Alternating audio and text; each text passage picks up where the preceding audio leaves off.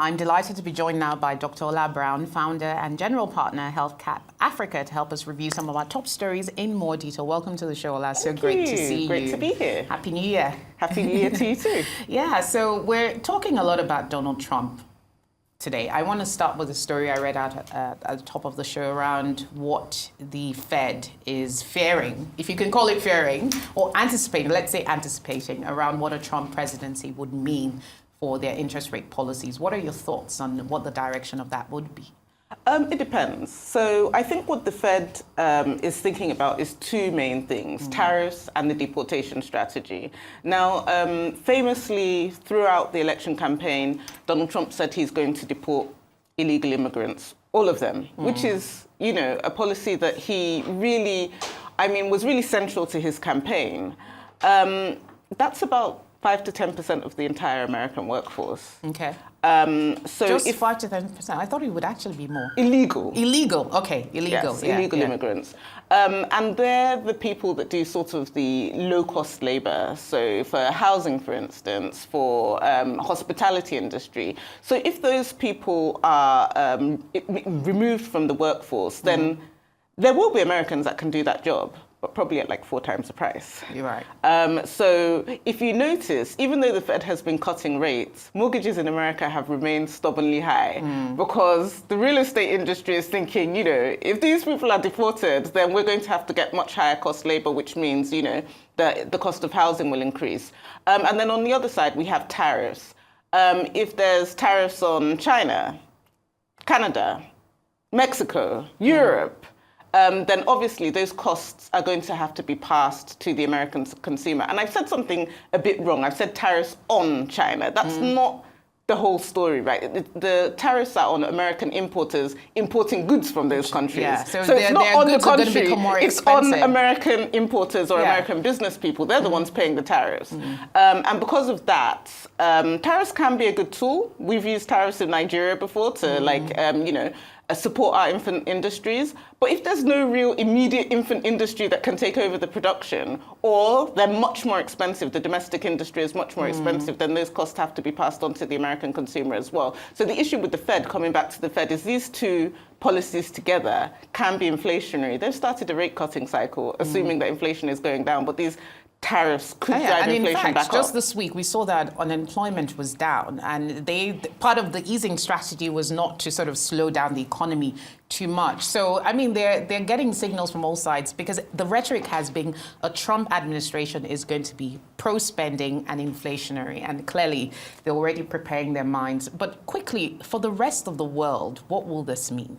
So we got into a situation in Africa where interest rates rose in America really quickly.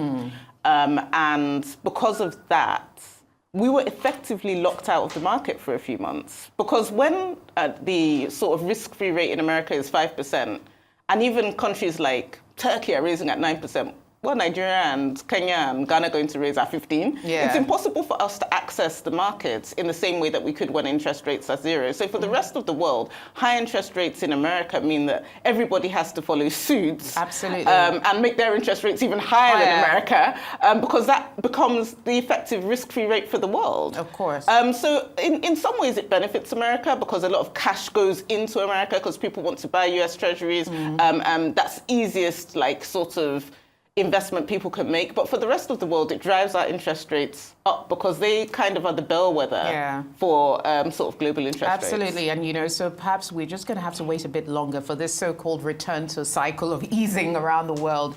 But closely related to that is this plan by Trump for a universal tariff.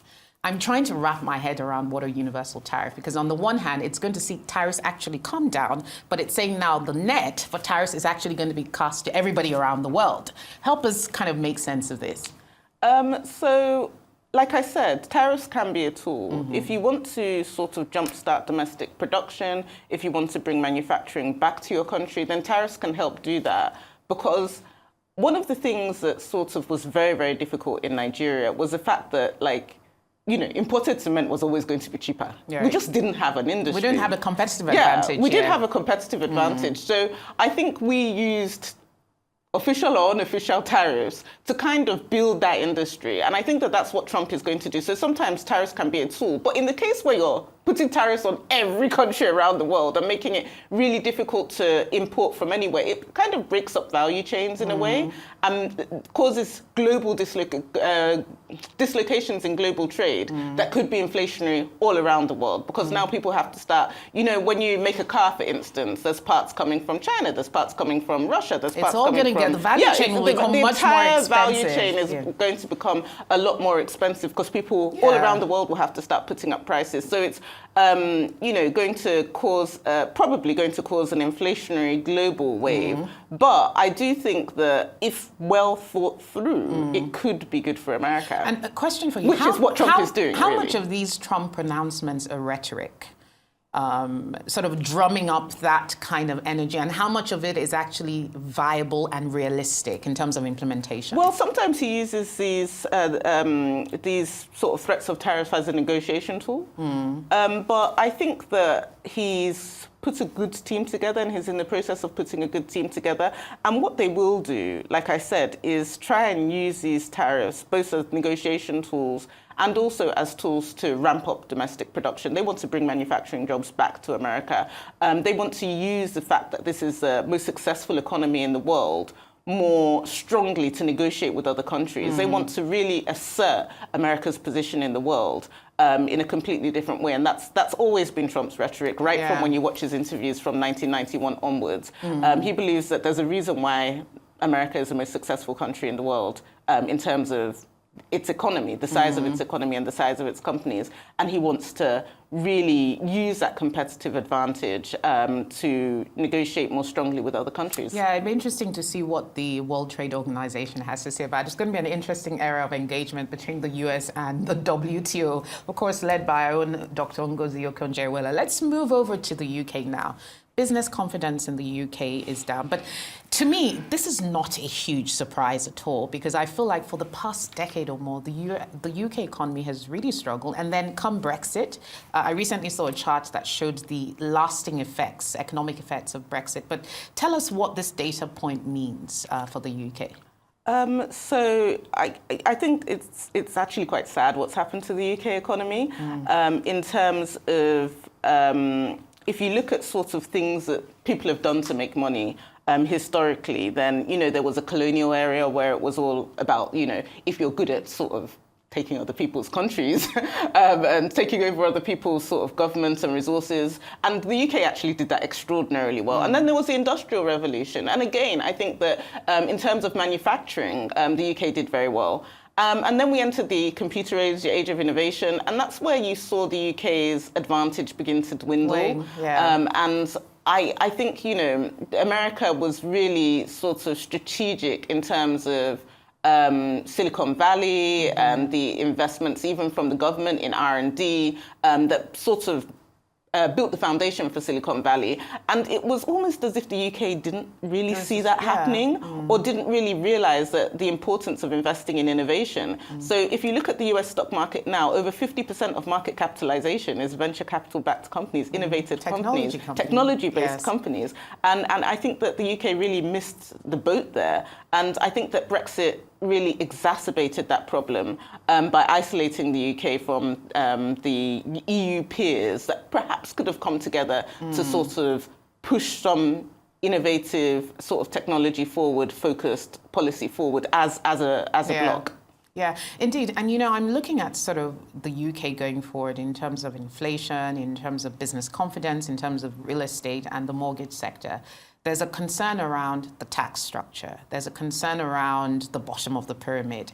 You know, what exactly is the direction of the economy and the government? What is the ideology behind economic policy making in the UK? I think that the economic policy making in the UK is an echo from the past, where the UK did have a strong, vibrant economy led by strong manufacturing companies that were exporting. So the UK could afford spending and high taxes because entrepreneurs needed to stay in the UK in order to produce. However, globalization has meant that a lot of those sorts of jobs and a lot of that manufacturing has gone elsewhere. And now the UK is running a deficit. The money isn't really there. They're It's having mostly to a increase service-based taxes. economy And now. even if you look at the list of the richest people in the UK, hardly any of them are British. Right. They're international sort of billionaires and millionaires who have chosen to live in London. But they're sort of rethinking that choice now because of the tax and moving to centres like Dubai and centres like Singapore. So I think it's an echo from the past where there were no alternatives. Right. So I think that the policymakers in the UK really need to think long and hard about what's going to be the new driver of wealth sort of in this innovation age. Yeah, interesting. Do you also hear companies saying they're going to fund this higher taxes by, higher prices to consumers? It's going to be very interesting for the UK. Let's look at inflation in Nigeria. The prediction of 27.1% by December. I mean, this is probably more moderate than the president's prediction in New Year, where he was saying, well, his target, not prediction, saying he was targeting 15% or thereabouts by December. What is going to get us to that point? So inflation in Nigeria isn't necessarily monetary. So monetary inflation, or the typical sort of traditional cause of inflation, is too much money chasing too few goods. And the response to that is typically trying to get money out of the economy by raising interest rates and preventing, if banks can't lend, then there's less money in people's hands, and typically that would drive the inflation rate down. And we've been sort of addressing inflation from a monetary perspective for some time. So we've seen sort of continuous interest rate cuts by the Central Bank of Nigeria, trying to take money away from people, take money via the bank, so the banks can't lend, and hoping that that would sort of ease inflation. But that can only work to an extent in a country where a large amount of business is done informally, and they weren't really connected to the banking industry anyway. So the monetary policy transmission mechanism in Nigeria is less effective than you would find in a developed market with a larger formal economy. So I think really what the government is going to focus on this year is more structural changes. Absolutely. And more things like ease of doing business, for instance, import substitution, looking at the other side of the balance sheet, looking at the fiscal side of the balance sheet, infrastructure, things like this, agriculture, and making our agricultural value chains more efficient.